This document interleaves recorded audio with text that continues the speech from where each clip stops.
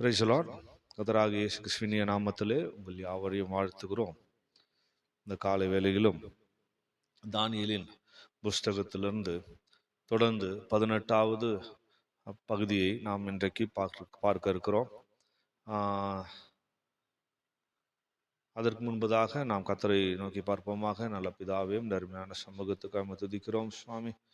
ஆண்டவரே, இந்த காலை நேரத்தில் நீர் எங்களோடு கூட பேசும், நல் வார்த்தைகளை வெளிப்படுத்தும், கேட்கிறவர்கள் பிரயோஜனம் உண்டாக நாங்கள் உங்களுடைய சத்தியத்திலே நடக்க ஆண்டவரே கர்த்தர் உதவி செய்யும்படியாய் ஜெபிக்கிறோம். கிருபைக்குள் எங்களை தாழ்த்துகிறோம். இயேசு மூலம் கேட்கிறோம் பிதாவே, ஆமென். கர்த்தருடைய நாமத்துக்கு மகிமை உண்டாவதாக. தானியேலின் தீர்க்கதரிசனம் 4ஆம் அதிகாரம் 25, 26 ஆகிய வசனங்களிலே வாசிக்கும் போது, உன்னதமானவர் மனுஷனுடைய ராஜ்யத்தில் ஆளுகை செய்து தமக்கு சித்தமா இருக்கிறவனுக்கு அதை கொடுக்கிறார் என்பதை நீர் அறிந்து கொள்ளும் மட்டும் 7 காலங்கள் உம்முடைய பேரில் கடந்து போக வேண்டும். ஆனாலும் விருட்சத்தின் வேர்களாகிய அடிமரம் தரையிலே இருக்க மட்டும் என்று சொல்லப்பட்டது என்னவென்றால், நீ பரம அதிகாரத்தை அறிந்த பின் ராஜ்யம் உமக்கு நிலை நிற்கும் என்று சொல்லி தானியேல் இங்கே ராஜாவோடு பேசுகிற காரியங்களை பார்க்கிறோம். இங்கே ராஜாவாகிய நேபுகாத் நேச்சார் கண்டதான சொப்பனத்தை குறித்து நாம் தொடர்ந்து படித்து வருகிறோம்.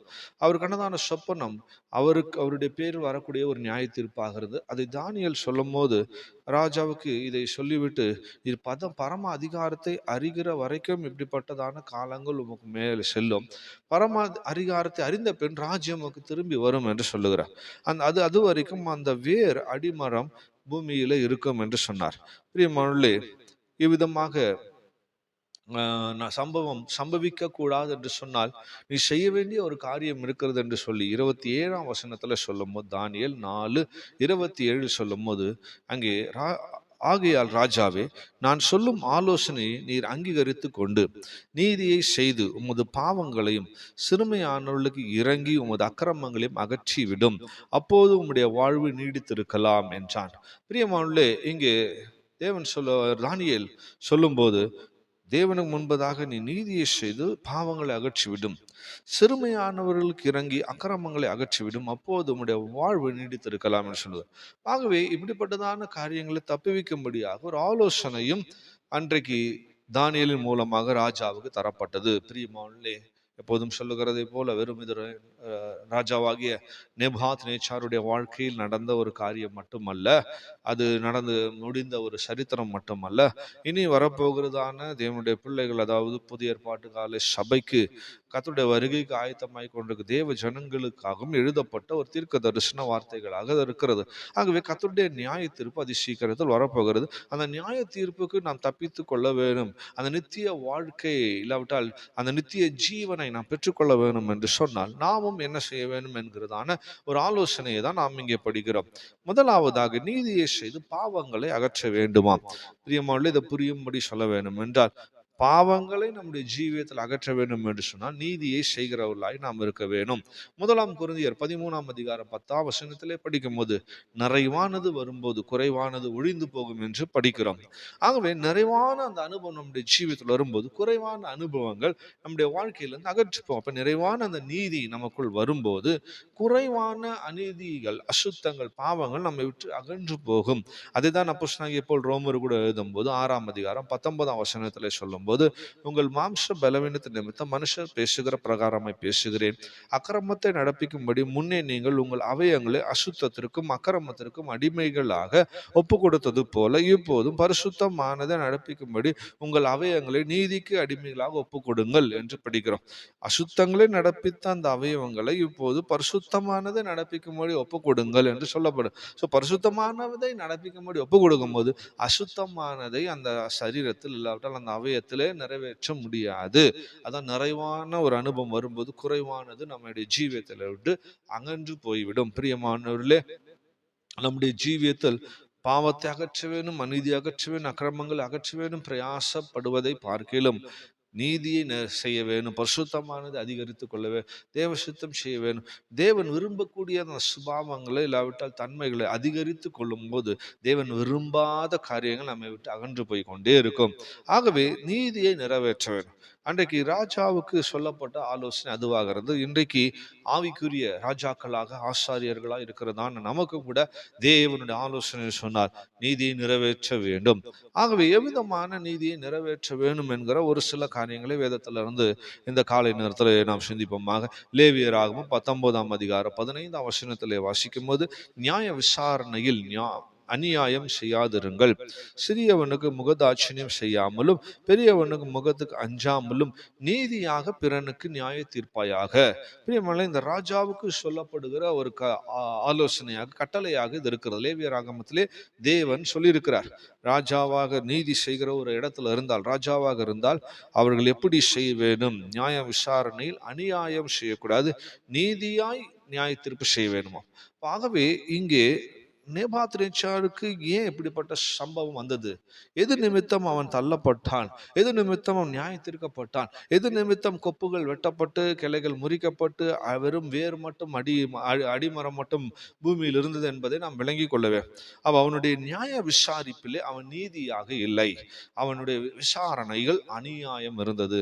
தேவனுடைய பார்வையில் அவனுடைய கட்டளை இதுவா இருக்க அவன் கீழ்ப்படியாதவோ அதன்படி செய்யாததுனாலே தான் அவன் நியாய தீர்ப்புக்கு எதுவான ஒரு ஆளாக மாறுகிறான். ஆகவே நியாய தீர்ப்பு செலுத்துகிறதான நியாயாசனத்தில் இருக்கக்கூடியவர்கள், ராஜாவா இருக்கக்கூடியவர்கள் நீதியாக நியாய தீர்ப்பை செய்ய வேண்டும். அவர்கள் அநீதியாய் செல்லும் போது தேவனுடைய நியாய தீர்ப்பும் அவர் மேல் வருகிறது. லேவியராகவும் 19ஆம் அதிகாரம் 35ஆம் வசனத்திலே வாசிக்கும் போது, நியாய விசாரணையிலும் அளவிலும் நிறையிலும் படியிலும் அநியாயம் செய்யாதிருப்பாயாக என்று படிக்கிறோம். ஆகவே நாம் ஒரு காரியத்தை ஒரு நியாய விசாரணைகளிலே நாம் மற்றவர்கள் நியாயம் தீர்க்கும் போது அது அநியாயமான தீர்ப்பாக இருக்கக்கூடாது, மற்றவர்கள் அளந்து கொடுப்பதில் அநியாயமாக இருக்கக்கூடாது. அது போல நிறைகள் படிகள் இப்படிப்பட்டதான காரியங்கள் அநியாயம் இருக்கக்கூடாது. அப்படிப்பட்டதான அநியாயம் இருக்கும்போது நம் நீதியை நிறைவேற்ற முடியாது. அது மாத்திரமல்ல, எரேமியா 22:14 வாசிக்கும் போது, அநீதியினாலே தன் வீட்டையும் அநியாயத்தினாலே தன் மேலறையும் கட்டி தன் அயலான் செய்யும் வேலைக்கு கூலி கொடாமல் அவனை சும்மாய் வேலை கொள்ளுகிறவனுக்கு ஐயோ என்று வாசிக்கிறோம். பாருங்கள், நாம் கட்டுகிற ஒரு வீடு ஆனாலும், நாம் படுகிற பிரயாசம் ஆனாலும், அதிலே அயலானுக்கு நாம் கூலியை கொடுக்க வேண்டும். சும்மாய் வேலை வாங்குறவர்களா இருக்கக்கூடாது. அது தேவனுடைய பார்வையில் அநீதியாக இருக்கிறது. அவர்களுக்கு ஐயோ என்று எழுதப்பட்டிருக்கிறது. ஆகவே அநீதியாக செய்யப்படுகிற ஒவ்வொரு காரியமும் மற்றவர்களை நியாய விசாரிப்பிலே, மற்றவர்களை நியாய தீர்ப்பிலே, நம்ம மற்றவர்கள் கொடுக்கறதுல அளவுகளிலே, இப்படி நாம் வீடுகளை கட்டும் போதோ இல்லை நம்முடைய பிஸ்னஸோ நம்முடைய எந்த காரியமானாலும் அதில் மற்றவர்களுக்கு நியாயமான கூலியை கொடுக்க வேணும். சும்மா வேலை வாங்குறவளா இருக்கக்கூடாது. இப்படிப்பட்ட எந்த அநீதியான காரியமா இருந்தாலும் தேவனுடைய பார்வையில் அது பாவமாக இருக்கிறதா. 1 யோவான் 5ஆம் அதிகாரம் 17ஆம் வசனத்துல வாசிக்கும் போது, அநீதி எல்லாம் பாவம் தான் என்று சொல்லப்படுது. அநீதியான காரியங்கள் செய்வதெல்லாம் தேவனுடைய பார்வைக்கு பாவமாக இருக்கிறது. ஆகவே அதனாலதான் தேவன் தம்முடைய தீர்க்கதரிசிகள் மூலமாக ராஜாக்களுக்கும் ஆனாலும் சரி, நியாயாதிபதிகளுக்கு ஆனாலும் சரி, யாராக இருந்தாலும் அவர்களுக்கு எச்சரிக்கிறார். எசேக்கியேலின் தீர்க்கதரிசனம் 3ஆம் அதிகாரம் 20-21 வாசிக்கும் போது, அப்படியே நீதிமான் தன் நீதியை விட்டு திரும்பி நீதிகேடு செய்யும் போது நான் அவன் முன் இடரலை வைக்கும்போது அவன் சாவான். நீ அவன் எச்சரிக்காதபடினால அவன் தன் பாவத்திலே சாவான். அவன் செய்த நீதிகள் நினைக்கப்படுவதில்லை. அவனுடைய இரத்த பழியை உன் கையில் கேட்பேன். அடுத்த வசனத்துல வாசிக்கும் போது, நீதிமான் பாவம் செய்யாதபடிக்கு நீ நீதிமானை எச்சரித்த பின்பு அவன் பாவம் செய்யாவிட்டால் அவன் பிழைக்கவே பிழைப்பான். அவன் எச்சரிக்கப்பட்டான், நீயும் உன் ஆத்துமாவை தப்பிவித்தாய் என்று சொல்லி படிக்கிறோம். நீதிமான் பாவம் செய்யும் போது அவன் சாகவே சாகிறான். ஆனால் எச்சரிப்பை பெற்ற பிற்பாடு அப்படி செய்யாதே போகும்போது அவன் பிழைக்கவே பிழைப்பான் என்று சொல்லப்பட்டிருக்கிறது. ஆகவே பிரியமானவர்களே, இந்த இடத்துல கூட இப்படிப்பட்ட சொப்பனம் ராஜாவுக்கு வந்தபோது தானியேல் வந்து உடனடியாக அவனுக்கு ஆலோசனை சொன்னார். அதுங்க அர்த்தத்தை சொல்லிட்டு, இப்படிப்பட்ட காரியம் உனக்கு நடக்கக்கூடாது, இருந்தாலும் இந்த ஒரு ஆலோசனை நீ கடைப்பிடின்னு சொன்னார். ஆனாலும் ராஜாவாகிய நேபுகாத்நேச்சார் அப்படி செய்யவில்லை. அது நிமித்தமாக தான் அவன் பேரில் அந்த நியாய தீர்ப்பானது வந்தது. அப்படிப்பட்ட தண்டனைக்குள்ள ஒருவனாய் மாறினான். பிரியமானவர்களே, நாம் கூட இந்த காரியத்தை விளங்கிக் கொள்ள வேணும். அப்போஸ்தலர் நடபடிகள் 10:35 வாசிக்கும் போது, எந்த ஜனத்தில் ஆயினும் அவருக்கு பயந்திருந்து நீதியை செய்கிறவன் எவனோ அவனே அவருக்கு உகந்தவன் என்று நிச்சயமா அறிந்திருக்கிறேன்னு சொல்ல. ஸோ எந்த ஜனமா இருந்தாலும், எந்த ஜனத்தாரா இருந்தாலும், நேபுகாத் நேச்சர் ராஜா பாபிலோனியன் தானே. அவன் கர்த்தருடைய பார்வைக்கு நலமானதை செய்யாமல் போனா என்ன, அவனே ஒரு புறஜாதி, அவரே ஒரு அந்நியன் தானே என்று நாம் யோசிக்கக்கூடாது. இங்க பார்க்கும்போது இந்த வசனத்துல பேதுரு சொல்றார், எந்த ஜனத்தானா இருந்தாலும் அவருக்கு பயந்து நீதியை செய்கிறவன் அவருக்கு உகந்தவனா. அப்ப அவர் பாபிலோனியனா இருந்தாலும், எப்படிப்பட்டவனா இருந்தாலும் கர்த்தருக்கு பயந்து நீதியை செய்யவேன். அவன் தேவனுக்கு உகந்தவனாய், கர்த்தருடைய பார்வைக்கு உகந்தவனாய் காணப்படுகிறான். ஆனால் இங்க ராஜா அப்படி இல்லை. அவன் கர்த்தருடைய பார்வைக்கு உகந்தவனாய் மாற முடியல. காரணம், நீதியை செய்யவில்லை, அநீதியான காரியங்களை செய்கிறார். 1 யோவான் 3:7 வாசிக்கும் போது, பிள்ளைகளை நீங்கள் ஒருவராலும் வஞ்சிக்கப்படாதிருங்கள். நீதியை செய்கிறவன் அவர் நீதி உள்ளவராய் இருக்கிறது போல தானும் நீதி உள்ளவராய் இருக்கிறான். 2:29 வாசிக்கும், அவர் நீதி உள்ளவராய் இருக்கிறார் என்று உங்களுக்கு தெரிந்திருப்பதினாலே நீதியை செய்கிற எவனும் அவரில் பிறந்தவன் என்று அறிந்திருக்கிறோம். பிரியமானவர்களே, நீதியை செய்கிற ஒவ்வொருவரும் அவர் நீதி உள்ளவராக இருக்கிற போல் நீதி உள்ளவர்களாக இருக்கிறார்கள். நீதியை செய்கிறவர்கள் அவரால் பிறந்தவர்களாக இருக்கிறார்கள், தேவனால் பிறந்தவர்கள். ஆகவே எப்பேற்பட்ட ஜனமா இருந்தாலும், அது எப்படிப்பட்ட சமுதாயத்தை சேர்ந்தவர்களா, எந்த ஜனத்தின் நிலைமையில இருந்தாலும், பிரியமானவர்களே, நீதியை செய்கிறவர்கள் தேவனால் பிறந்தவர்கள், தேவனால் உண்டானவர்கள். அவர்களை தேவன் உகந்தவர்களாய் பார்க்கிறார், அவர்களுக்கு நித்திய வாழ்க்கையை தருகிறார். ஆனால் அதே சமயம் அநியாயம் செய்கிறவர்கள், அநீதி செய்கிறவர்கள் தண்டிக்கப்படுகிறார்கள், நியாயத்திற்கப்படுகிறார்கள். ஸோ நேபுகாத் நேச்சாருக்கு இப்படிப்பட்டதான தண்டனை அவன் மேல் வந்ததுக்கான முதல் காரணம், அவன் அநீதியாய் காரியங்களை செய்தான். அது நிமித்தமாக இப்படிப்பட்ட தீர்ப்பு அவன் மேல் வந்தது. இரண்டாவதாக தானியேலின் ஆலோசனையில பார்க்கும் போது, தானியேல் 4:27 வாசிக்கும் போது, சிறுமையானவர்களுக்கு இறங்கி உமது அக்கிரமங்களை அகற்றிவிடும் என்று படிக்கிறோம். சிறுமையானவர்களுக்கு இறங்கி அக்கிரமங்களை அகற்றி, அப்ப அவனுடைய ஜீவியத்தில் அக்கிரமங்கள் இருந்தது. ஆனால் அதை சிறுமையானவர்களுக்கு இறங்கும் போது தேவன் அதை மன்னிக்கிறார், மாற்றுகிறார். அவனுடைய ஜீவியத்தில் இந்த சிறுமையானவர்களுக்கு இறங்குகிற அந்த அனுபவம் இல்லை. அவன் சிறுமையானவர்களுக்கு இறங்கவில்லை. பிரியமானவர்களே, வேதத்தில் பார்க்கும் போது சங்கீதம் 82:3 வாசிக்கும் போது, சிறுமைப்பட்டவனுக்கும் திக்கற்றவர்களுக்கும் நீதி செய்யுங்கள் என்று வேதம் சொல்லுகிறது. ஆகவே ஒரு ராஜாவா இருந்தால் அவன் சிறுமைப்பட்டவர்களுக்கு திக்கற்றவர்களுக்கு நீதி செய்வேன். சிறுமைப்பட்டவர்கள் தானே, அவங்க கேட்க யார் இருக்கா, அவங்களுக்கு என்ன செய்தாலும் அவங்க கண்டுக்க போறது இல்லை என்று சொல்லி அவர்கள் மேல் அநீதி செய்யக்கூடாது. நீதியாய் அவர்கள் நடத்தவே. நீதிமொழிகள் 19:17 வாசிக்கும் போது, ஏழைக்கு இறங்குறவன் கர்த்தருக்கு கடன் கொடுக்கிறான். அவர் சிறுமையானவர்கள், ஏழைக்கு திக்கற்றவர்களுக்கு இரக்கம் செய்யும் போது கர்த்தருக்கே அவர்கள் கடன் கொடுக்கிறாராம். அது வசனம் சொல்லுகிறது, அவன் கொடுத்ததை அவர் திருப்பி கொடுப்பார். ஒரு மனிதன் ஏழைக்கு, திக்கற்றவர்களுக்கு, எளிமையானவர்கள், சிறுமையானவர்களுக்கு இறங்கும் போது அவர்களுக்கு கர்த்தர் திருப்பி கொடுக்கிறார். ஆகவே பிரியமான, அதை விளங்கி கொண்டு மற்றவர்கள் மேல் இரக்கம் காட்டுகிறவர்களா இருக்க வேண்டும். சங்கீதத்திலே வாசிக்கும் போது 41 சங்கீதம் 1 வசனத்திலே படிக்கும் போது, சிறுமைப்பட்டவன் மேல் சிந்தை உள்ளவன் பாக்கியவான், தீங்கு நாளிலே கர்த்தர் அவனை விடுவிப்பார் என்று படிக்கிறோம். சிறுமைப்பட்டவர்கள் மேல் சிந்தை உள்ளவர்கள், அவங்க மேல் அக்கறை உள்ளவர்களா இருந்தால் பாக்கியவான்கள். அவங்களுக்கு ஏதாவது தீங்கு நாள் வரும்போது, இல்லை நியாய தீர்ப்பினால் வரும்போது, தண்டனைக்குரிய காலம் வரும்போது தேவன் அவர்களை அந்த தண்டனையிலிருந்து விடுவிக்கிறார், அந்த தீங்கிலிருந்து விடுவிக்கிறார். பிரியமானவர்களே, ஆகவே சிறுமைப்பட்டவர்கள் மேல் இறக்க செய்ய வேணும். இந்த நேபுகாத் நேச்சர் ராஜாவுக்கு அப்படிப்பட்ட ஒரு சுபாவம் இல்லை. ஏழைகளுக்கு, சிறுமைப்பட்டவர்களுக்கு நீதியாக அவன் காரியங்கள் செய்யவில்லை, அவர்களுக்கு இரக்கம் காட்டவில்லை, அவர்களுக்கு இறங்கவில்லை, அவர்கள் மேல் சிந்தை இல்லை. ஆகவேதான் தீங்கு நாள்கள்லாம் கத்தர் அவனை விடுவிக்க முடியவில்லை. அந்த இக்கட்டிலே அவன் மாட்டிக்கொண்டு, அந்த நியாய தீர்ப்பில் அவன் மாட்டிக்கொள்ளுகிறான்.